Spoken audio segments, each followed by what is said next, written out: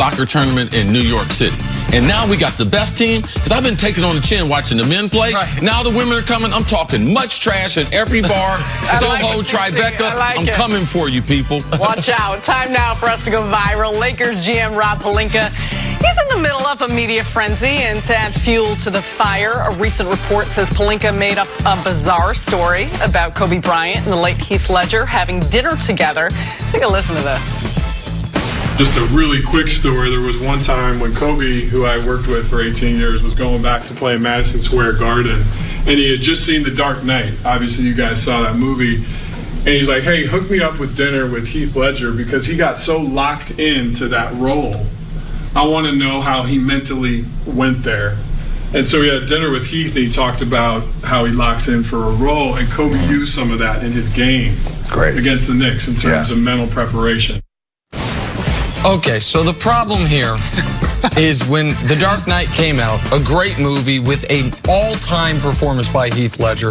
Unfortunately, Heath Ledger had been dead for 6 months. So the idea that Kobe could have seen the movie and then had dinner with Heath Ledger, of course, is just impossible. And Rob Pelinka just lying for no reason. It's like, this is what I say to my kids. It's one thing to lie to get out of trouble. We've all done that. Some of us still do that. Like, I'll just tell a little white lie, try to get away with something. But to lie for no reason, just to lie. Where'd you go today? Oh, I went to CVS. No, you actually went to the grocery store. Nah, just for the lie's funnier. I don't understand it.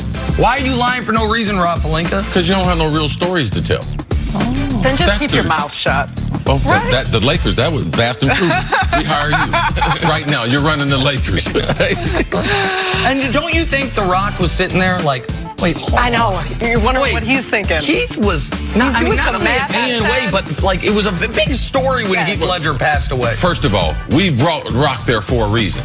Let him do what he's supposed to do. Right. Rock can get the guys. He's got some stories and everything. He definitely can't get into, oh yeah, I got into this character. Come on. The Lakers are a mess.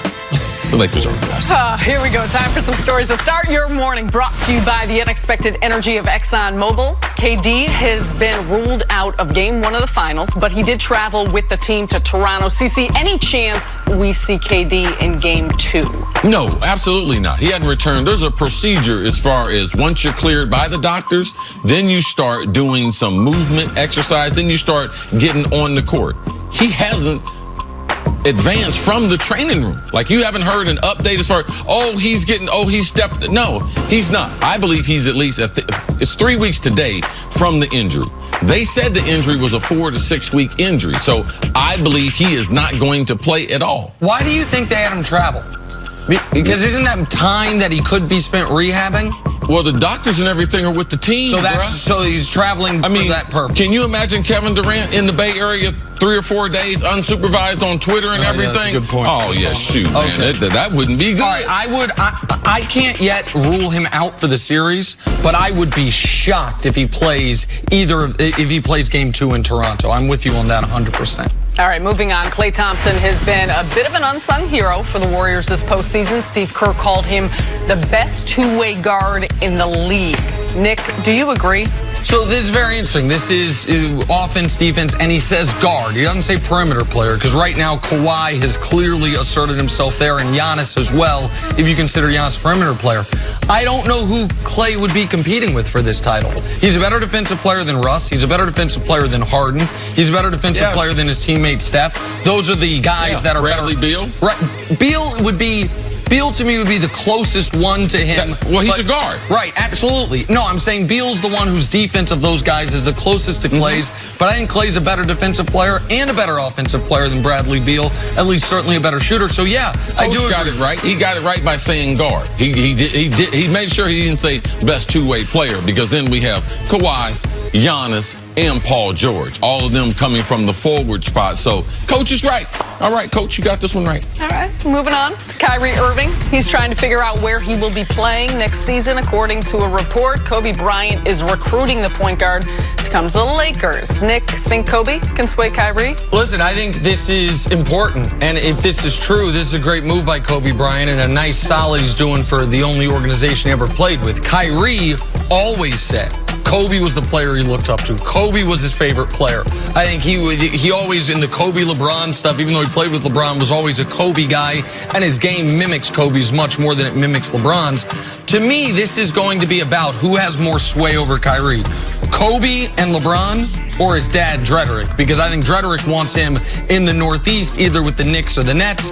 Obviously, Kobe and LeBron want him out west with the Lakers. I believe his financial people with his dad want him here. And I would believe that there's some reservations about going to the Knicks. I think that the team in New York City more likely to get him would be the Nets. But Kobe doing this, being involved with the Lakers, I mean, if you go ahead and hired Rob Pelinka, I'm just going to bring Kobe aboard in some capacity.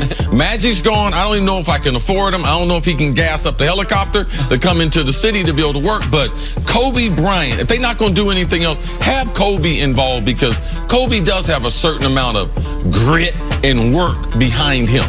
And enormous cachet amongst players. Yeah, enormous cachet. Finally, Kawhi Leonard has been tearing it up for Toronto, but he might not be playing for the Raptors for much longer. The Clippers, now the overwhelming favorites to sign him this summer. CC, what do you make of this?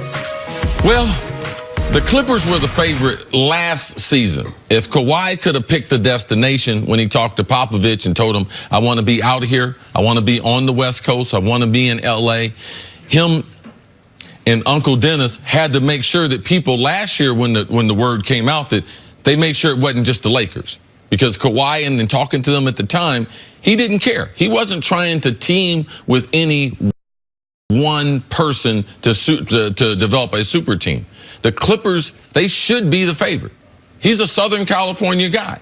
With all the news going around with the Lakers, like, I would be shocked if they're able to overcome the huge deficit that they've created for themselves, and they started off with the deficit. It's like we're getting a staggered relay, and then the guy shooting the gun says, you know, wait a second, I'm gonna give you another 10-yard head start. So the Lakers are trailing the Clippers because the organizational structure, the ownership, how the team is made out, and how they played in the playoffs with Doc Rivers did not hurt their case, Nick. And I'll add another thing that I think has helped the Clippers enormously. What Kawhi has done in Toronto this year without another star player. Yeah. If there's a player in the league right now that can feel like, I don't need to team with anybody, it's that guy. I mean, who's his best teammate? Kyle Lowry? Pascal Siakam, who's more about potential than what he is right now? And if Kawhi was talking to Nick, he's not going to say much, but that would come out somewhere in the conversation. He feels that way more, even before he went to Toronto. So this is, to me, the key part. I know from talking to you and your relationships and talking to people that know Kawhi at least a little bit, he was quiet, but he was enormously confident about him versus any of the other best players. Look at my record versus KD. Head to head. Head to head. Look at my record versus LeBron. My record versus Steph. Even though on a lot of those circumstances, the other teams were more stacked. But it's one thing to have that confidence. It's another thing to then go in almost an incubator or a test situation and be able to test it out. Be able to go up against the Philadelphia 76ers, who had multiple All-Stars, go up against the league MVP in Giannis, and now we'll see him go up against the Warriors. So as much as what he's done in Toronto has helped the Raptors' ability to keep him, it's also, I think, helped the Clippers' ability to be able to say, you don't have to have a superstar next to you. And of course, a low-maintenance guy like Kawhi, the calm and the stability of the Clippers versus the daily mayhem of the Lakers has to be a huge draw. Kawhi gave us an example. Is what's the difference between an all-star and a superstar? DeMar DeRozan, good player. Perennial all-star player. Took them to the conference finals a couple times. Took that franchise as far as he could get them. And it was an easy swap out. There wasn't a whole bunch of 4 or 5 guys. No. A couple guys here or there, but Kawhi is the main piece to that trade. And that's the difference, Toronto, with role players and one superstar now. And let's not forget, this league is getting ready to recorrect itself. If Kevin Durant decides to leave Golden State, how many All-Stars do you have to have now? You only got to have 2? If you have one superstar like Kawhi, I think in this run he's been on, it's proved out that, yes, would he fit into the Clippers? Absolutely. And sometimes Vegas knows things. And I'm going to do a little cross-pop culture reference for a moment. Spoiler alert for Game of Thrones people. But before this last season came out of nowhere, the kid Bryant became an overwhelming favorite to basically win. And it's like, wait, what? It made no sense, but they knew. And he ended up winning. Out of nowhere yesterday, the Clippers went from 16-1 to win the title to 7-1 to win the title. They all of a sudden were minus 200 to get Kawhi Leonard. Sometimes Vegas knows some things, or some people that know some things, make some bets on some things that make Vegas know some things. Vegas thinks Kawhi's going to be a Clipper. Yeah, and my source, which happens to be the streets, and the streets are talking, man. Yeah. The streets are talking, and they keep saying Clippers, Clippers, Clippers. And I think a lot of people, Sarah, in the world of basketball, Oh, it's been consistent. think the Clippers. Yeah. Let's talk about DeMarcus Cousins now.